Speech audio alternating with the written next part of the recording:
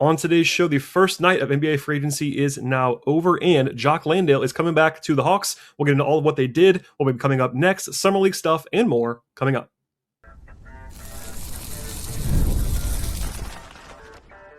You are Locked On Hawks, your daily Atlanta Hawks podcast. Part of the Locked On Podcast Network. Your team every day. Hello, friends. Welcome to episode 2274 of the Locked On Hawks podcast. I am your host, Brad Rowland, coming to you deep into the night here on a Tuesday evening into Wednesday. It's our first show, technically, of the month of July, and free agency is officially underway across the NBA world. Also, it's our 11th episode in the last 11 days. It's been very busy on the podcast, and I got a question earlier about why I haven't recorded yet about Jock Landale, and it was because, number one, it broke while I was at work, and number two, a lot can happen. The free agency period did not even start until 6 o'clock tonight. In fact, as I'm recording this in the 11:30 to midnight range, I have my guard up. My phone is to my right. If things happen, I will break in and talk about them on this podcast. But it's that time of the year when I'm kind of flying a little bit more blind than usual and a little bit more frantic than usual. And our plan on today's episode is to break down the Jock Landale return contract. Also, what it looks like for him as a player, the next steps on the spending power of what the Hawks could do right now, what their Hawks roster looks like, and at the end of the podcast, a look briefly at Summer League, because the Hawks announced their roster in full today. In addition to everything else, Summer League roster now available, and I'm going to save a full-on preview for a couple days from now with Glenn Willis. But in the meantime, a look at what's going to happen with who's going to be playing in Utah and Las Vegas later on, starting this week, actually. So, number one on the agenda, though, today is the return of Jock Landale, and it's a one-year deal, which is important, for, drumroll please, $14 million for Jock Landale. And there was a lot of sticker shock across the Hawks fan base, and I understand that. I really do. Now, I'm going to give you what I feel is like a nuanced, overarching approach to breaking this down, but there is a surprise in some circles, including with me, as to just how much money this is for Landale. I thought that over the last few days, the price was going to be higher than I thought it was going to be a month ago. That was kind of in the ether around the league when you started to look what the center market looks like. For example, Jusuf Nurkic getting a 2-year deal for $22 million from the Jazz. I think Landale is as good as Nurkic right now. 3 years ago, Nurkic was better, but not really at this point in time. And that was a return to Utah. Other indications, Robert Williams getting a 3-year deal. I know there were some non-guarantees on that, but at the time we didn't know that. No matter what, there was even Landale's own market. I was hearing that he was going to get more than I expected him to get a couple of months ago, probably. It's higher than I expected. I would definitely say that out loud. With that said, the biggest thing is it's a 1-year deal for a team in the Hawks that's already well above the salary cap. So the opportunity costs of a 1-year deal are low. I know that people don't always love that rationale, but it just happens to be true. It becomes matching salary and trades very easily. And when you're already over the cap, there's some spending power that could happen if you save that money somewhere else. But the Hawks, if they had signed him for 1 year and $10 million, it wouldn't be particularly different. Maybe the reaction would be, but there's that. But again, part of why the number got that high, and from what I heard, is market forces. So I said this, I think, on the show yesterday, that I was hearing that Jock Landale had multi-year offers, plural multi-year offers, higher than the biannual exception, which starts at $6 million per season and goes up usually. I heard it was something in the 2 years, 18 million, 2 years, 20 million kind of range. And that is less on an annual basis than what he signed for in Atlanta. But if it's me, it's a spoiler alert, if I could have signed him to two for 18 or 2 for 20 versus 1 for 14, I would have actually chosen 1 for 14 as the Hawks. Given Landale's age, given the long-term setup of the team, they just invested 2 picks in front court players in Ejiofor and Vesar, et cetera, et cetera, et cetera. I actually like the 1-year deal better personally. But there was competition for him. That's very important. Anytime you have another team bidding or other teams bidding, multiple teams, the price gets high.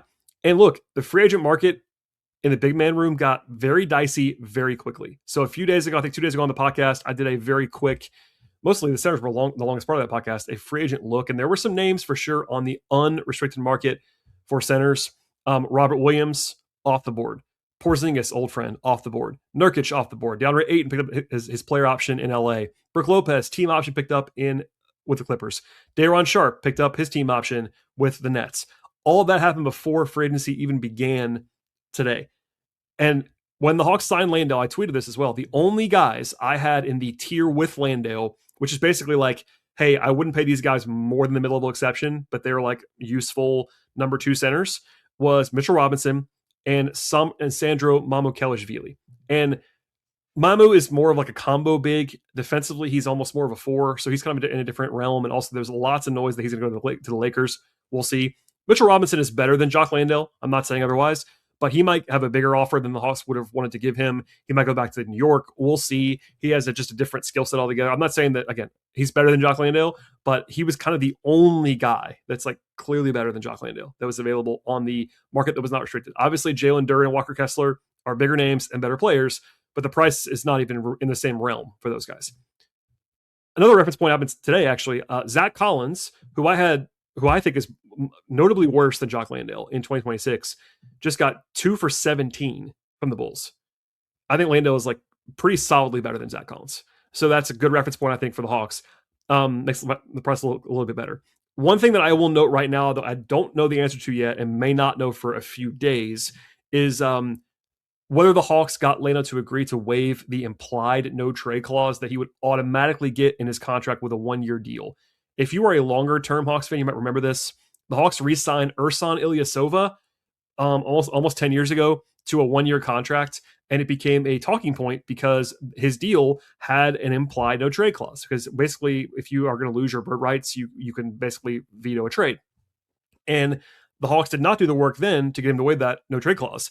And Ilyasova blocked at least 2, if not 3, completed trades that the Hawks wanted to do for him, and he just kept saying no to them, and they couldn't trade him. Ended up having to waive him and buy him out.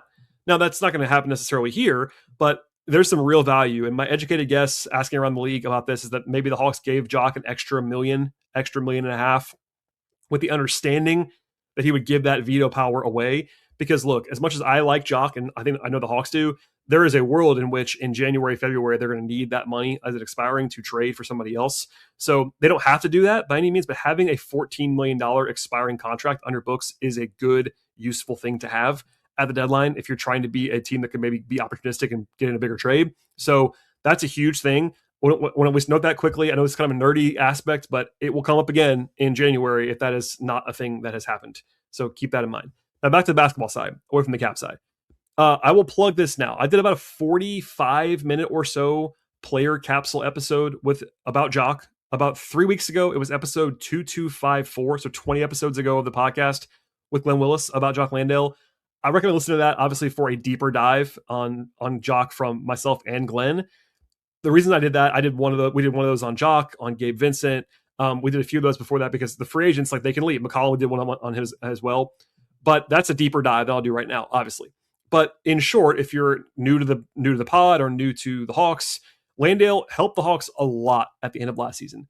The Hawks got him for a song. They made a great transaction to trade for him for the price of cash considerations after the backup center spot was a disaster for them for months and months, with Porzingis being hurt and Fawe Dante being hurt, et cetera, et cetera. The Hawks went 18-5 in the games where Landale was available, and they missed him against the Knicks badly. I've joked about this before. He would not have beaten the Knicks, obviously, but he would have been useful against the Knicks. That was a huge thing after the cheap shot injury from Goga that cost him the rest of the season. He's efficient offensively. He is an excellent offensive rebounder. He was number 7 in the entire NBA last year, offensive rebound percentage at basketballreference.com. He could shoot threes, 39% from 3 over the last 2 seasons, a real weapon there, moves the ball on offense, fits the scheme well on offense. And look, defensively, is he great? No, he is not. He's not a good defender, capital G good. He's not. What he is someone who will execute a scheme. And as I've talked about endlessly with Glenn and others, the Hawks are not built around rim protection. They are built around their perimeter players defensively. Atlanta had a top 10 defense last year. That keeps getting forgotten. The Hawks had a top 6 defense in the league, and all the minutes played by a actual center last year, i.e. when they had a Kongwu on the floor or Landale on the floor, they essentially were a borderline elite defense last year by the numbers. So is it easier to do that when you have Rudy Gobert in the middle or Wembanyama? Yes. The Hawks have been able to do that without that, and they can do it again. So we'll see. He fits in that scheme well. And for me, he's a proven backup center, which is part of the deal. This is not gospel at all, but Steph No, friend of the podcast, Sporting News, has a model for salaries that has Landale projected to be worth about $10 million for next year. That sounds reasonable to me. John Hollinger's model was a little bit lower than that, like $6.5 million. That seems normal to me as well. But either way, that's very normal to good backup center money, which is what Jock Landale is. I already went over the price and why it's a little bit higher earlier in the show, but Jock Landale is a backup center. He's, for me, a solid backup center, but I got to be honest, the Hawks did use 2 draft bullets on players who can at least play center. I know there's the whole idea about Ejiofor in center, but Ante Saleh answered my question on draft night saying he would be playing the 4 and the 5. So they have more depth there no matter what than they had most of last year. They basically had no depth last year at all. Landale is essentially replacing, I guess, himself, but also the corpses of all the bad center minutes from last year. Tony Bradley, Christian Coloco, playing Asa Newell at center, which was never a good idea, et cetera, et cetera. And I said this on the show, I won't walk away from it. I preferred Landale as a third center, ideally on the show. I said that before. It also became quite clear over the last few days that his market was going to have him paid like a number 2 center, or he was going to leave, which is basically what would have happened here. If the Hawks hadn't been willing to pay him, he would have signed a 2-year, $18 million deal somewhere else. It is what it is. Now, to end this segment, this is not a move that I love. I understand it. I can explain it to you in the way I just did. No one should be dancing in the streets about paying Jock Landale this money for this, even for 1 year. I think it's totally understandable. This is not a move that I'm celebrating or thinking that Ante's like a genius or anything like that. I'm not saying that at all. I do push back on the notion that it's a crazy decision. It's very hard to have a bad 1-year deal when you're already over the cap and the opportunity cost is very minimal. I think the market dynamics really matter here. But some of the appeal is more future facing with flexibility that it allows for. I know that not everyone cares about that. I know people want fireworks and they want big names, and I totally get that. I do. But also, Ante Saleh told everybody, he's not going to. I always say don't believe everything the GM says because they're incentivized to not tell you the whole story. But he has been saying on the record multiple times over multiple months that they're not going to skip steps and they're going to be process oriented, and they're doing that. And people seem surprised. And it's well, he did say he was going to do that. So we'll see. So I will just say, lastly, I understand this deal. I'm fine with it. I think it's a reasonable move. It's not an awesome move. It's not an A+ move. They've done a lot of things that I liked better than this over the Ante Saleh era over the last 15 months or so, 14 months. But this is not done in a vacuum, and Landale is a much better option at backup center than what they had last year for the majority of the season and what they had available in the playoffs. So he makes them better. He's a good culture fit. Everybody likes Jock. He fits the scheme. He can execute it. And, will they regret not doing something else? Maybe. Would I have preferred to sign Robert Williams? Yes, I would have. And I said that on the show the other day. But Robert Williams did re-sign where he was before, so you never know if he was going to be looking to leave anyway. And look, maybe there were trades out there that we'll never know about. But as far as the free agents are concerned, I don't mind this deal compared to others. I think this versus the Nurkic deal versus Zach Collins versus others, this looks totally kind of reasonable, especially when you realize that a 1 year, bumping it, it's very similar to McCollum. Honestly, McCollum at $21 million for 1 year is, hey, the Hawks probably think he's like a $17 million player and they're giving him an extra $4 million because it's a 1 year contract. Very similar here with Jock Landale.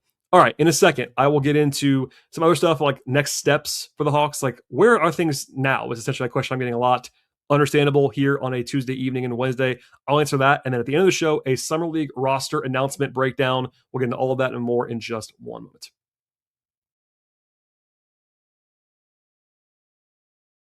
The biggest stage in world soccer is here right now. Every single match feels like it has the potential for a memorable moment. One goal could totally change everything when it comes to the energy of a game. The momentum can shift and alter the outcome in just an instant. That's what makes tournament soccer so exciting from the opening whistle to the final kick. And now our friends at FanDuel are giving fans another reason to stay locked into every single match with every goal pays. Bet on a match at FanDuel, you get bonus bets for every single goal scored in that match. More goals means more bonus bets. All you have to do is turn on your token at FanDuel, and tournament soccer keeps you engaged from start to finish. Even matches that maybe you were not planning to originally watch all the way through. If you're a soccer fan, you've never seen this before in the past where there's matches kind of a slog. It's scoreless maybe for a long time, and then one goal totally changes things, flips the game in an instant, and suddenly everybody's pressing, the crowd comes alive, and the final 20 minutes or so become absolute must-watch television. Even as a total non-expert in soccer, which I definitely am, it's totally fun to watch, honestly. And with FanDuel, you get the benefit now from each goal scored. From the opening whistle to the final kick, let there be goals on FanDuel. Visit FanDuel.com right now. That's FanDuel.com right now to get started.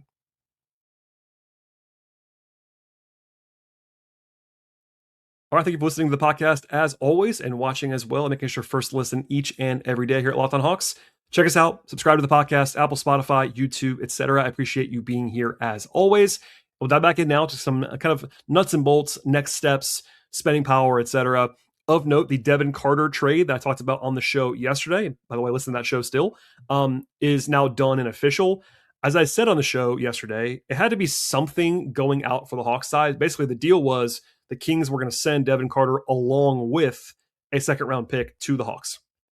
But in a trade in the NBA, both teams have to send something back. So the Hawks, I speculated, could either be cash or maybe a rights to a player. Well, it's rights to a player. Old friend Alpha Kaba, who was the 60th pick in 2017, a guy I covered in Summer League. I covered that draft.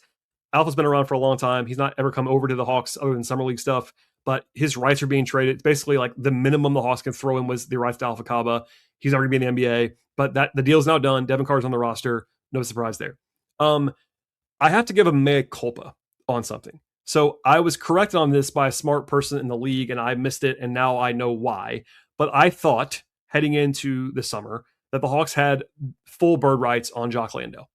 I was incorrect on that because the Hawks traded for him during the season. So I thought because he hadn't been waived, without getting too deep into the weeds, I thought because he had been signed and not waived and he was acquired via trade, I thought they had his bird rights. But essentially, he signed a 1-year deal in Memphis, avoiding all the nerdy stuff. And because of some nerdy rules, they did not have full bird rights. So my belief, at least right now, long story short, is that they're going to use the mid-level exception to sign Jock Landale. Now, that only affects things if they make a trade elsewhere or change the roster in a trade way. Because as of now, Landale is the 15th player on a guaranteed contract before you even get to Henry Vesar, who is the Hawks' second-round pick. So, number one, I was wrong. My fault. Number two, no huge impact other than the idea that the Hawks might have still been able to turn around and use the mid-level. They don't have a roster spot, and they don't have the mid-level anymore. Now, they do, for the record. I messed that up, so mea culpa on that. I want to always clean it up in accurate fashion. But they have the biannual exception if they want to use it right now. Again, this is all assuming what the widely reported and what I've heard of the structures. Things can always change. Like the Aaron Wiggins deal, for example, could, we've seen this before, become like a 5-team trade just because of things that could happen. What we know is the Hawks are going to trade for Aaron Wiggins. It's going to be, at least right now, in the Luke Kennard trade exception, which, by the way, Kennard signed today somewhere else. Regardless, the Hawks have the biannual if they want to use it, which is like $6-ish million in year one. And as a PSA, as of midnight-ish on Tuesday into Wednesday, Jonathan Kuminga is still a free agent. So as I said on the show yesterday, Kuminga, the Hawks can still bring him back. I know Jake Fisher said on his live stream today, he heard multiple scenarios. Like one of them could be like he could go back to the Hawks, he could be traded still. That's kind of just I got questions about that. I think that's Jake covering his bases. Like I've heard the same thing. Like the Hawks have not ruled Jonathan Kuminga out from what I've heard so far. I don't know what his market looks like. That's been one of the big questions that a lot of people have is like who is pursuing Kuminga and for how much money. And the Hawks still have his bird rights. So if the Hawks are going to sign a player, not trade for, sign in free agency a player who makes more than $6 million, it is Jonathan Kuminga. Everybody else would have to be a trade or you're signing for less than that because of what the Hawks have available to them exception-wise. Other than that, it's minimums and the BAE. We'll see. But also, I alluded to this a second ago, the Hawks now have a actual roster crunch. Now, I'm not worried about it yet, which is why I'm waiting until now to talk about this. But they have 15 guaranteed contracts on the books right now. If you include Landale and you include Buddy Hield, and now Devin Carter's deal has gone through, that does not include Vesar. So free agency started only a few hours ago. I know people don't look at it that way. There's been a lot of business done. People are antsy. I totally understand. And look, there is a world in which the Hawks are just kind of done right now. I don't know if that's going to happen or not. And I think people are assuming that they definitely are. I'm not, but they could be mostly done. That's plausible. But there's a lot of business to be done across the league. But if you include Carter and Hield and Kingston Flemings and Zubi Ejiofor, the Hawks are up to 15 players on the roster under contract. Now, the roster limit is 20 in the summer, so no worries there. But by opening night in October, it has to be 15 players. The Hield situation is still strange. So for Buddy Hield, I understand the questions. It is an odd situation.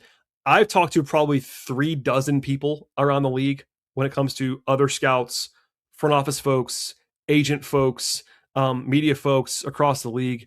And basically everyone's confused. by Buddy Hield.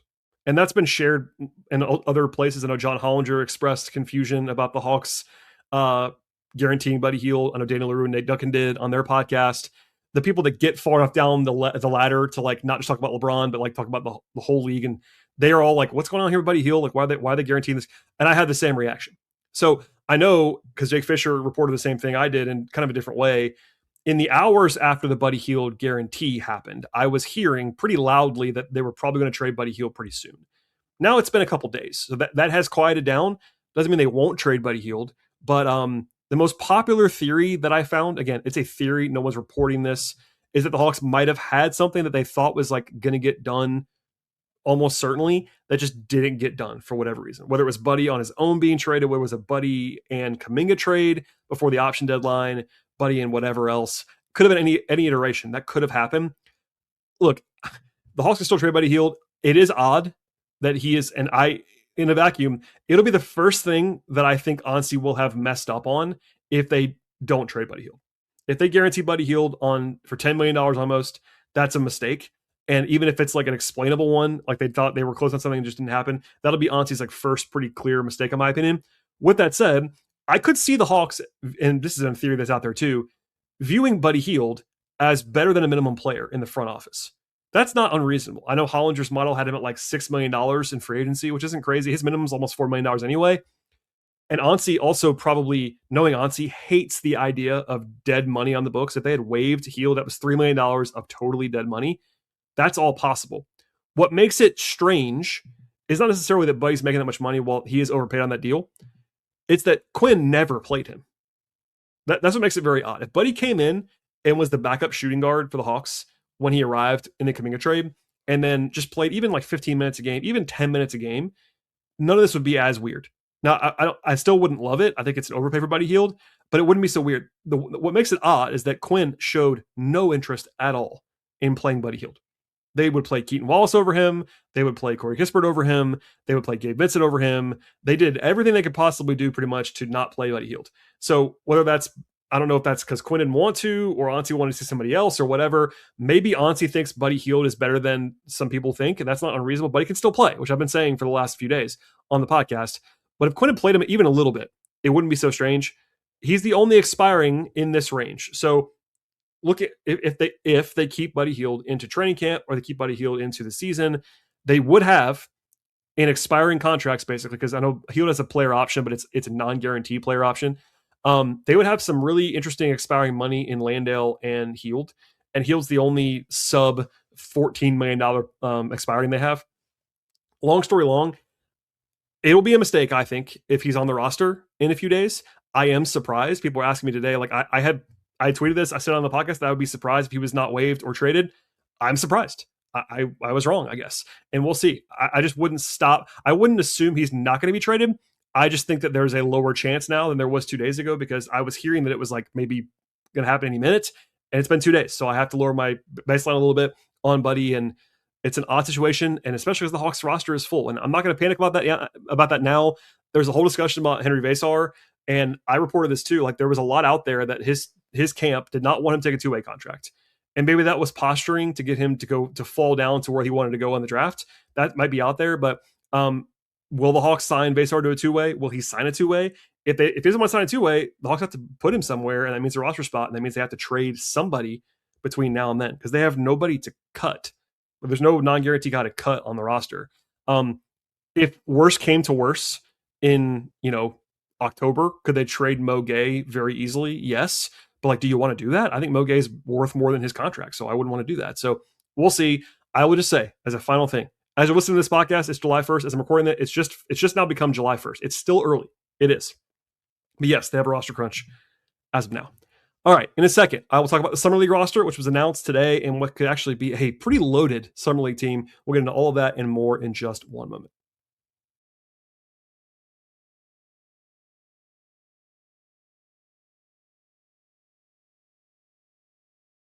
All right, the Summer League schedule came out a couple of days ago, and now the Summer League roster is available for the Hawks. No huge surprises, but essentially, it's a very, very good roster. They started practice today over at Emory. I'll be over there on Wednesday to talk to the guys before they go to Salt Lake City. But when you take 2-way slots into account, The Hawks are legitimately bringing nine players to Summer League that I could have envisioned at least being with the big league team on opening night.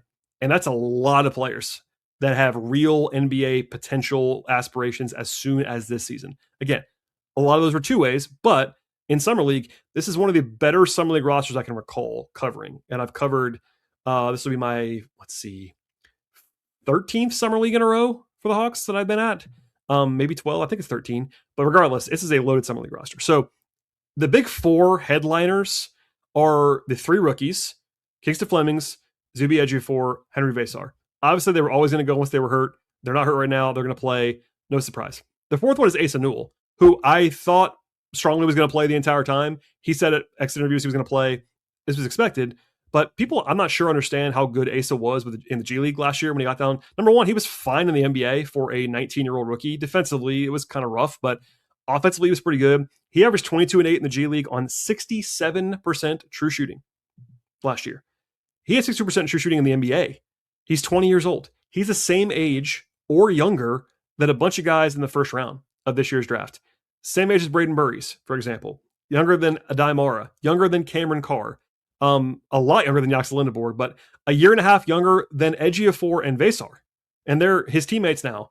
And so, as a reminder, Asa Newell's still a real prospect, and he'll be in Summer League playing and I think being really good, would be my guess. So those four guys are the headliners.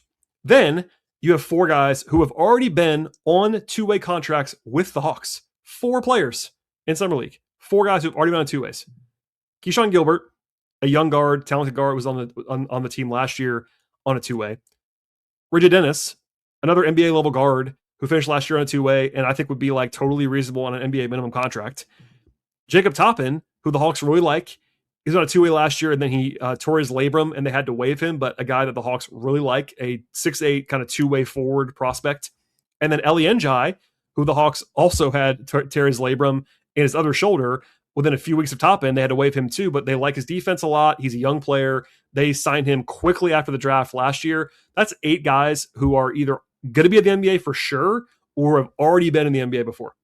And then I would say another 9th guy, the guy I'm including is Kobe Johnson. So Jalen's brother is what he is probably best known as, but was a good player in the G League last year. I thought was draftable the year before.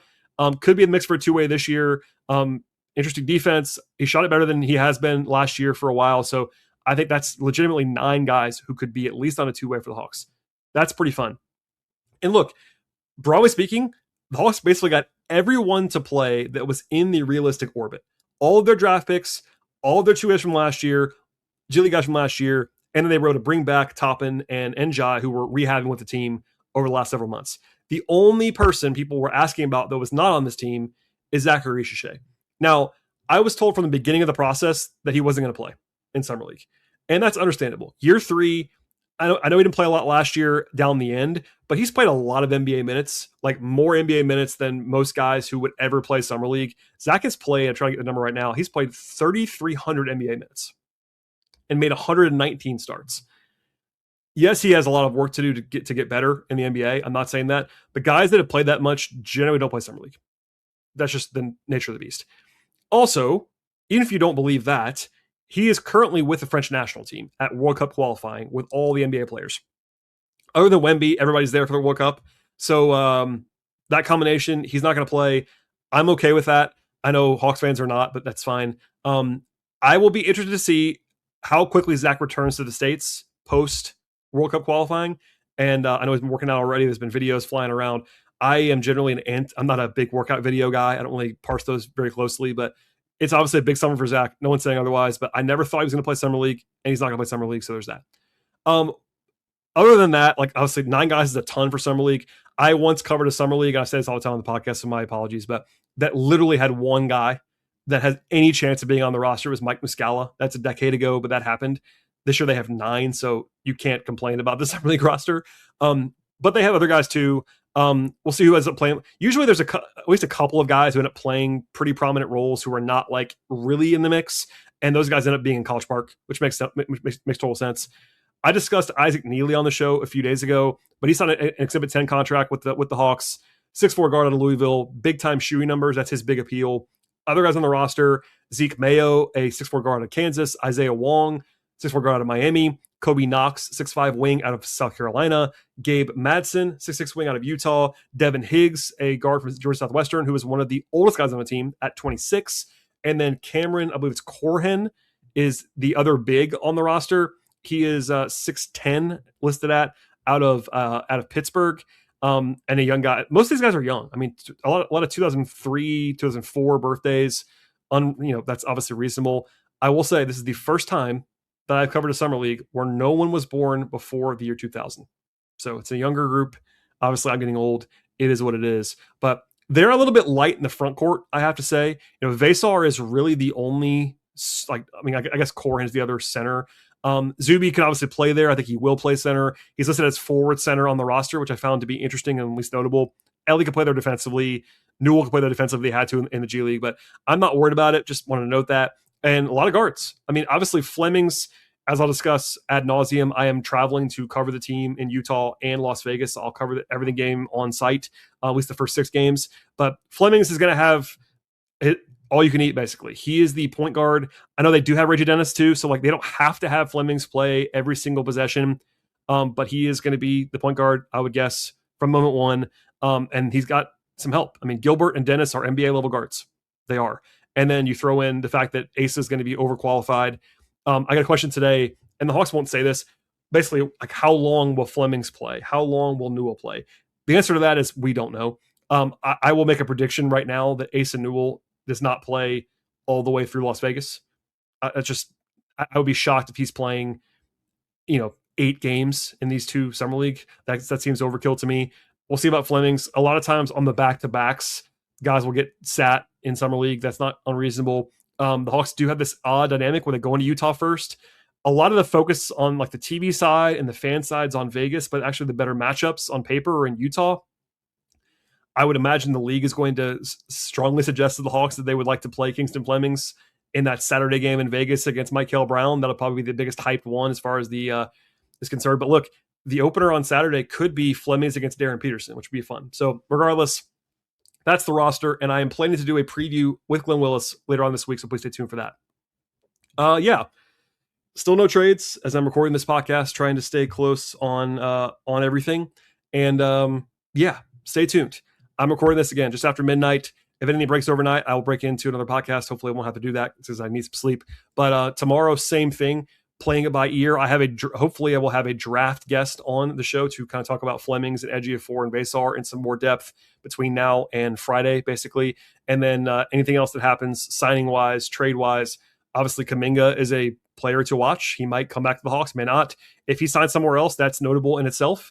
If the Hawks make a trade, that's obviously notable. So just keep it locked right here. Please subscribe to Locked On Hawks anywhere you get your podcasts, Apple, Spotify, YouTube, etc. Follow the show on X/Twitter at Locked On Hawks. Follow me there at BT Rowland. Follow me on Blue Sky, BT Rowland, and follow my non-podcast coverage of the Hawks at patreon.com/BT Rowland.